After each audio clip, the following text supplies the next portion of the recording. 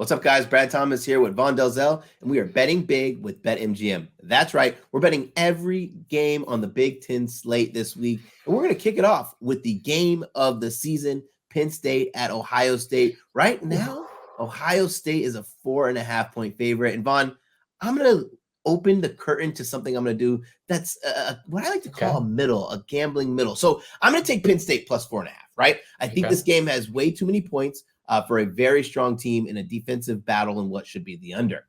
But I do have a sneaky suspicion that Ohio State wins.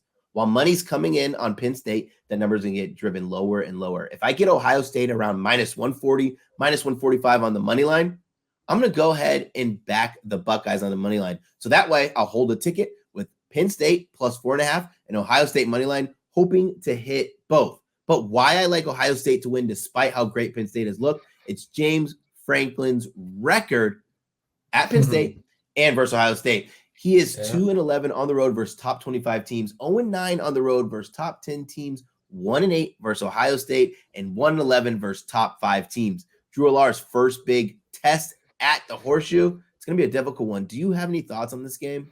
Yeah, I do think it's going to be a difficult road win for Penn State, but the cover, I think, is something that's definitely within striking distance for them. I know they've lost 6 straight against Ohio State, Brad. I know it's been 10 of the last 11, Brad, but I do think this is the best defense and team that James Franklin has had at Penn State. So I would be taking a little sprinkle on that money line. That's what I'm be looking at, or the spread in general. I did play the under 52.5, which I sent out to you on social media when we were talking on Sunday, and that's all the way down to 46.5 at some place, including MGM. So I think it's going to be a low-scoring game, like you said, but there will be more points, Brad, scored in Penn State, Ohio State than there will be in Minnesota at Iowa, because not only is that obvious, but we have the lowest total of the season in this game. Easy. 32.5, and it opened at 33.5 and 34.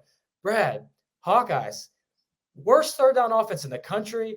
Gophers cannot score on the road. Simply situation. 2 defenses much better than the offenses. I want to sweat, baby, and I want to bet. I'm going under 32.5, Brad. Are you with me? Hey, a wise man once told me, and that wise man was Vaughn Dalzell, if a total's under 36, you got to smash the under. I've been doing it ever since you told me, and it's had great success. So, yeah. Give me the under in that game. Let's talk about another game. I know you have a lean on the under, but I just want to get out some frustration. Rutgers at Indiana. Rutgers last week failed to cover, and they gave up too many points. I was able to get them live, but I'm so mad I had the double loss there. And then Indiana. Not only did Indiana, Michigan not go under, Indiana let the Wolverines cover the total themselves. Total disgusting. I actually am passing on this game. I'm fed up with both teams. But if I had to pick a side, it would be Rutgers, but it just feels like way too many points for a team that is not as good defensively as we thought they would be.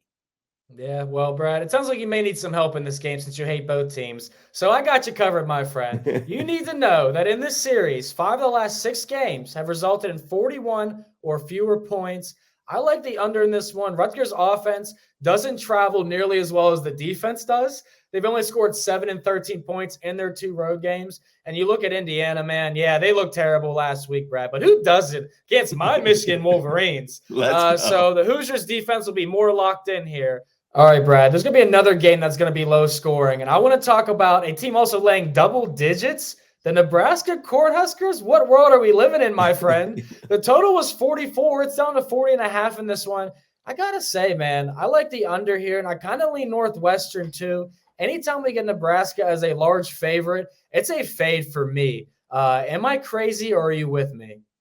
I just can't think about taking Nebraska as a double-digit favorite. I think they've been double-digit favorites twice so far this season. They're 1-1 against the spread. One was against a very bad Northern Illinois team. So, yeah, I'd probably lean with you here, but I really don't want to trust Ben Bryant. But let's talk about a team I trust, or at least a player. Wisconsin at Illinois. I'm taking Wisconsin money line, and I trust Braylon Allen against this bad Illinois defense. Illinois is so bad at stopping the run. They're 110th in college football, allowing more than 164 rush yards per game. The defensive success rate, awful. What does that mean? We say that all the time, defensive success rate. We talk about whether they're successful on the run or not successful on the run. And it's not more times than yes, which is bad to have a negative defensive success rate. So yes, I'm trusting Luke Fickell to lean on the run game and run the ball with Braylon Allen and win this game at Illinois. What do you think, man? Oh, this is the Brett Bielema Bowl, so Illinois is going to be looking to stay competitive in this game, Brad. But you said it best, man. That rushing defense is atrocious, and you got Braylon Allen, who's at 87 or more yards in 5 out of 6 games. So what intrigues me more in this spot, Brad, is that Braylon Allen last year against Illinois' top-ranked rush defense had 2 yards on 8 carries, a career low. Oof. Give me every Braylon Allen prop and touchdown sprinkled with Wisconsin on Saturday.